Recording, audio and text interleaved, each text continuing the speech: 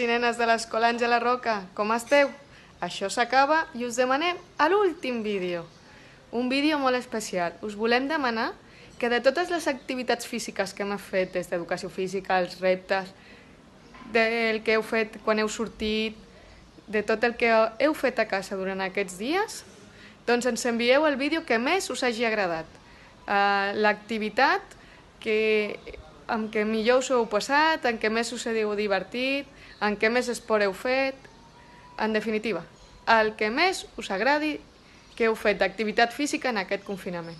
Esperem els vostres vídeos!